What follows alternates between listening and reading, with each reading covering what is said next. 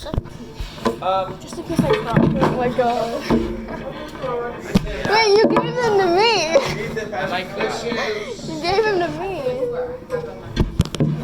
This is something that I have done for the past 6 years, and I probably should have done it long I know, before, you told long me. before that. 6 years ago, we had a group that they valued the wrong things, they followed the wrong people, and it was horrible. All year long, we kept talking to them about the things that were really important. And we got down to like the last day, like this one kind of is, where everything's pretty much wrapped up. And I was thinking about what was I going to do with this group.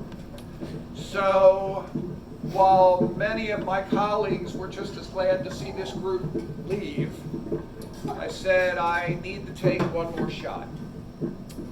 So that's this. You may never use Pythagorean theorem. You may never have to worry about linear versus nonlinear equations in your life. But many of you will face what I'm talking about today. Poverty. No, I won the lottery. Yeah, that was easy. Okay, so we're going to start with a math problem. Oh, great. Please stay with me. Wow. Suppose you were given $86,400 a day. Wow. Now, the only rules to this are you can't save the money or roll it over into tomorrow. You have to spend the $86,400 every day. That's high key kind of. All right? Not really. Yes.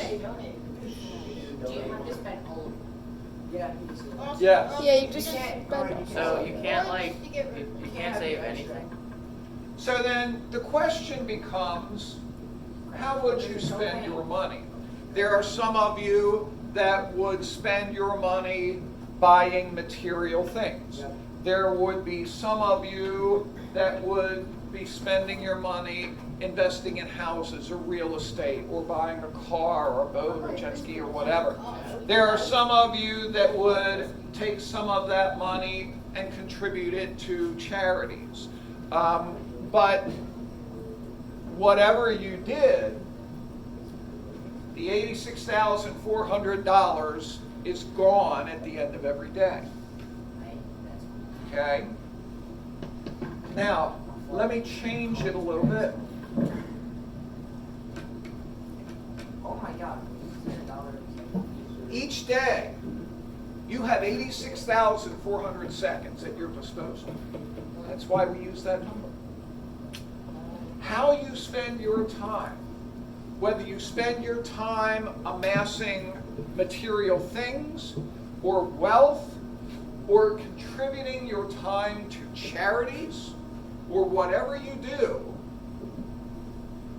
is going to make a difference in your life. How you spend your time. Obviously, just like the money, it can't be saved or rolled over to the next day. So, as you get ready to go to high school, if you think back on your typical day right now, and how you spend your time right now, and what changes you may have to make in how you spend your time as you continue forward in life. 86,400.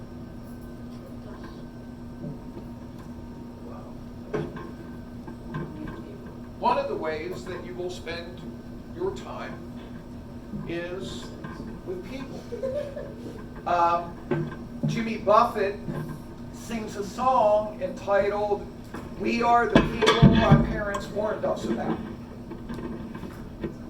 We are the prospect.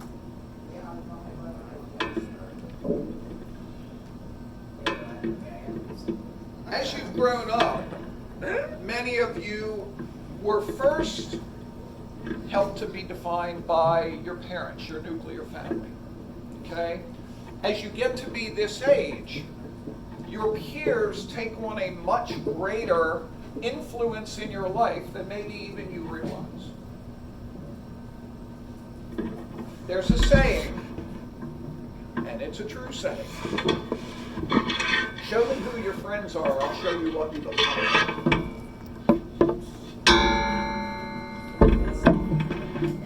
Show me who your friends are, I'll show you what you look like. Because I've seen in excess of 5,000 eighth graders come through this room. I've seen people change, and I've seen people change when they've left this room. I want you to keep something in mind. I'm telling you some stories here today that will illustrate the points that I'm trying to make. Some of them are instructional, some of them are poignant, some of them are tragic. All of them are true. I'm actually digging this, by the way. I'm digging it. As many of you know, I was coach of the soccer team at Westminster for a number of years. So I had the opportunity not just to work with people here in the classroom, but also out on the athletic field as well. I had a young man that came from an excellent family, was an excellent young man all through the time he was in high school. He's a straight arrow, good student, good soccer player, and would be the kind of person that if you had a son, you would want them to be. Well, he went to college at Elon College down in North Carolina. The only problem is, at Elon College, he was surrounded by people that were not like the people that he surrounded himself with here.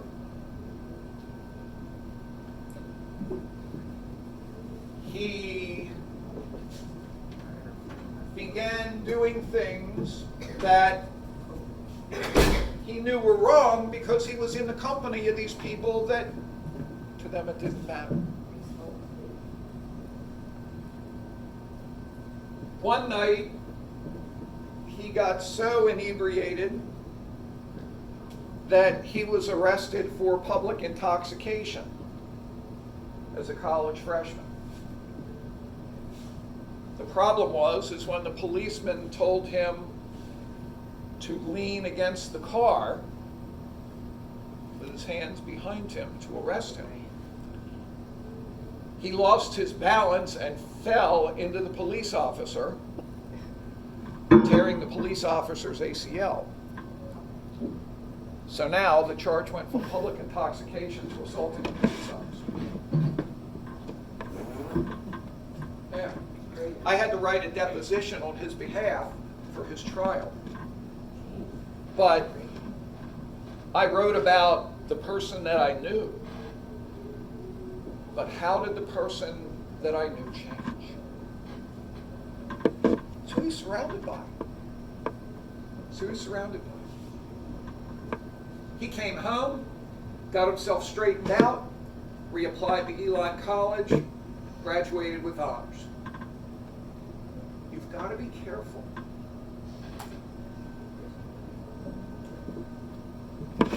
Is everybody familiar with the concept of a unicorn? And I'm not talking about the mythical animal here. In modern colloquial language, a unicorn is something that is extremely rare. This really is what you're looking for. You know, unfortunately, we've had a time here about me kiddingly taking away man cards in here. The problem is because our society, for whatever reason, doesn't seem to talk to little boys and young men as they're coming up through the ranks about what it is to really be a man,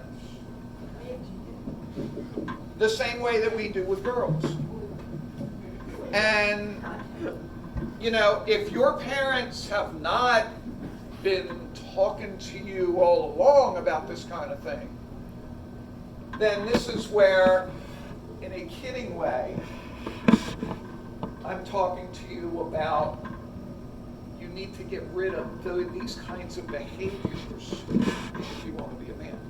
I've been married now to the same woman for 34 years. Some of you, believe me, it's not my accomplishment. It's probably yours. Some of you can't stay with somebody else for 3 weeks. Okay? Here's the key, you know.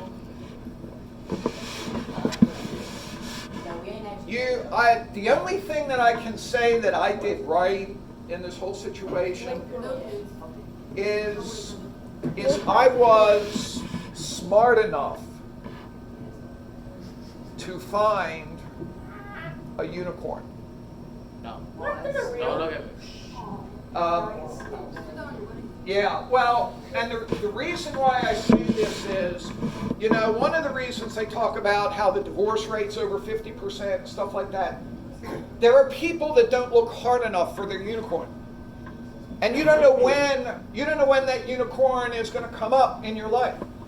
You know, and you've got to have the strength of character and conviction that you will find your unicorn to let people go when you know they're not your unicorn. Okay? Too many people get married at age 25 to a person that isn't right, that isn't their unicorn, simply because they're afraid of not having someone to be with. You've got to be able to look at people and say, I know this is a person that will love selflessly. Selflessly. Here's a good question to ask yourself.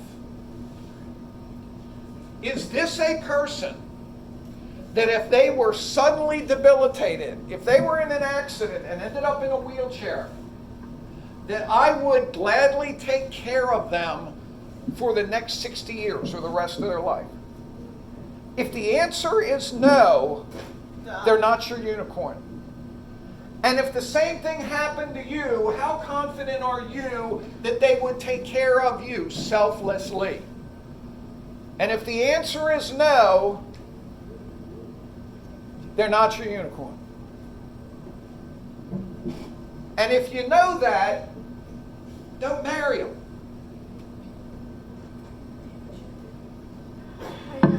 My wife knows me better than anyone. I think I might. And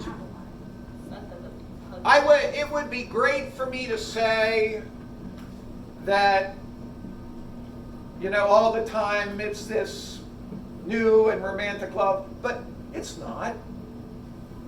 You know, you guys have heard the Ed Sheeran song, Thinking Out Loud? Oh, yeah. The first line, he says, when your legs don't work like they used to before, and I can't sweep you off of your feet. Well, to be honest with you, I'm kind of starting to live that. My wife growing up was a runner. She loved to ski. She was active. But she has started with degenerative arthritis in her left hip that has kind of taken away that ability. The doctor doesn't paint a rosy picture of the fact, oh, maybe in 10 years you'll be in a wheelchair. Well, okay. It's still the same person that I knew. Still the same person that I knew. You've got to select significant others that will love selflessly. If they love selfishly, you've got to get rid of them. Because they will not be the ones that stick with you when times are tough. There are some of you that think that popularity is a good thing. I will be the first one to tell you that you are better off with 2 or 3 good friends that truly get you than you are. Most of the popular people don't have 2 or 3 good friends. They have like 1 million acquaintances, 1 million people that know who they are. But in terms of good friends, not so much. How do I know if I have a good friend? Would your good friend risk that friendship and your disapproval to be sure that you're safe, to be sure that you're healthy, to be sure that you're not doing something that's going to lead you down a path? And if they recognize that, to call you on it. That's a good friend. It's not people that tell you what you want to hear all the time. It's people that tell you what you need to hear. If you surround yourself with people that tell you what you need to hear, and you heed what they're telling you, it can prevent a lot of bad things.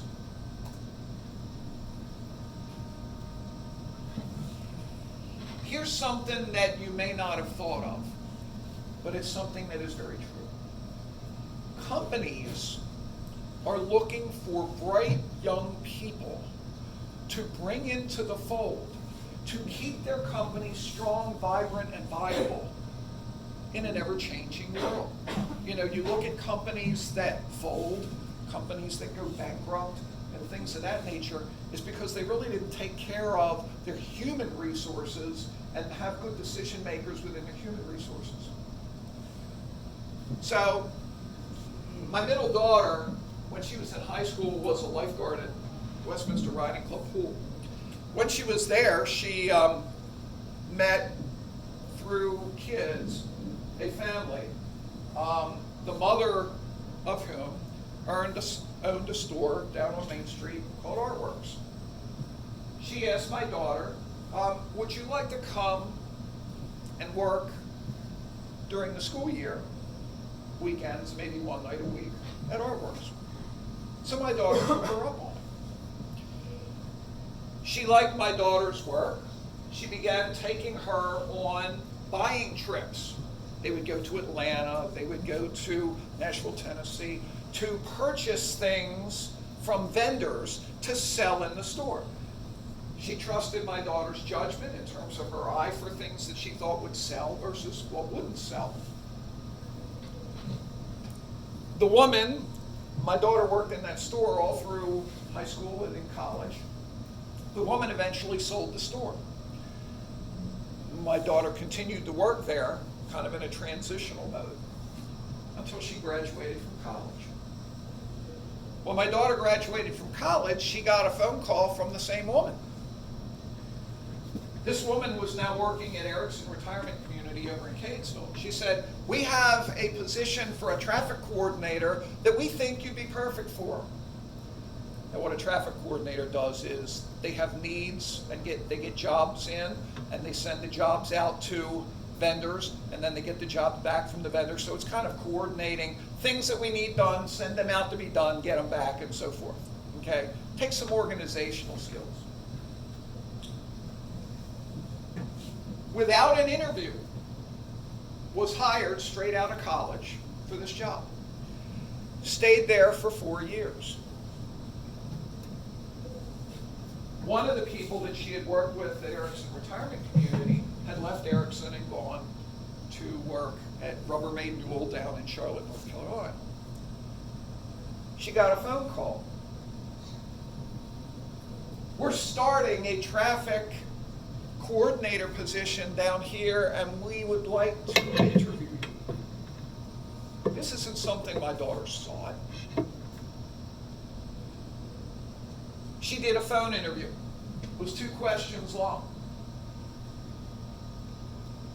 How do you feel about relocating to Charlotte, North Carolina, and when can you start?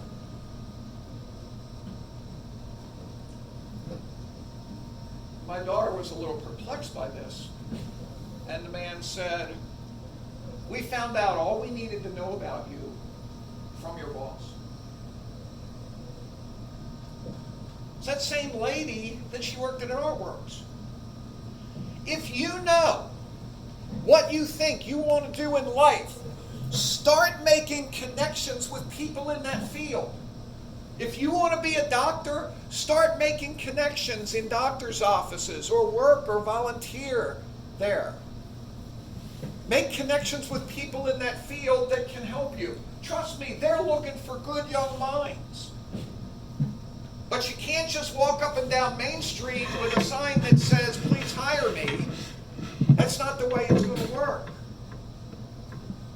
If you want to be a lawyer, go volunteer to file papers in a law office and get a sense for what that's about.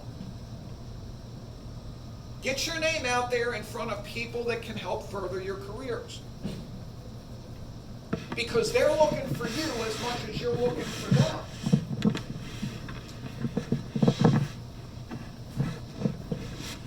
When you hear about all the people that don't have jobs coming out of college, I guarantee you a lot of them don't, is because they haven't done this part. They haven't made the connections. 1985, I was looking for a teaching job here in Carroll County. I became tennis coach at Westminster High School